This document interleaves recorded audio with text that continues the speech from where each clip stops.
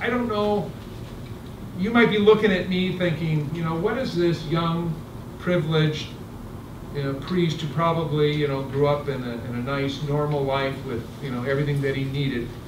How can he relate? What can he offer to us? And so the phrase that came to my mind was what St. Peter said when, the beggar came to him asking him for something. And Peter said, I don't have any money to give you, but I do have to give you Jesus Christ. And that, brothers, is what I come to bring you tonight. I bring you a message of great joy. I bring you a message of great love. The love of God for you made known in Jesus Christ. That's the greatest treasure and possession that any one of us can have.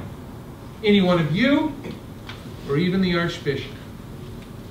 I may have this so-called distinction of being the Archbishop.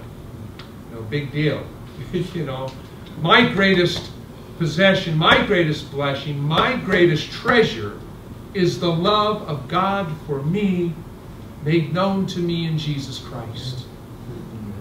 That's all that matters in the end, brothers. And we're all sinners. I love, I don't know if any of you caught that in when Pope Francis gave an interview. He gave many interviews, and of course he got a lot of attention because he said some interesting things in some of those interviews. But the first question that the interviewer, this was a more formal sit-down interview, and the interviewer asked him, who is, of course his name before he was Pope Francis was Jorge Bergoglio.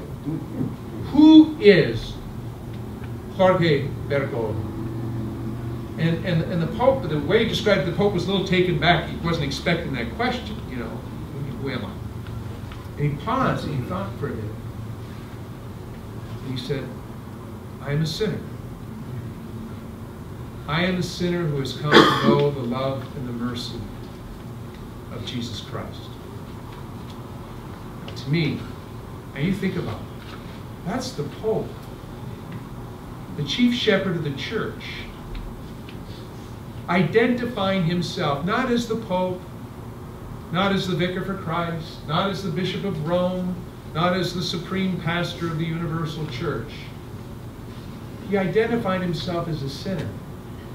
But not just a sinner, but a sinner who had come to know the love and the mercy of God shown him in Jesus Christ.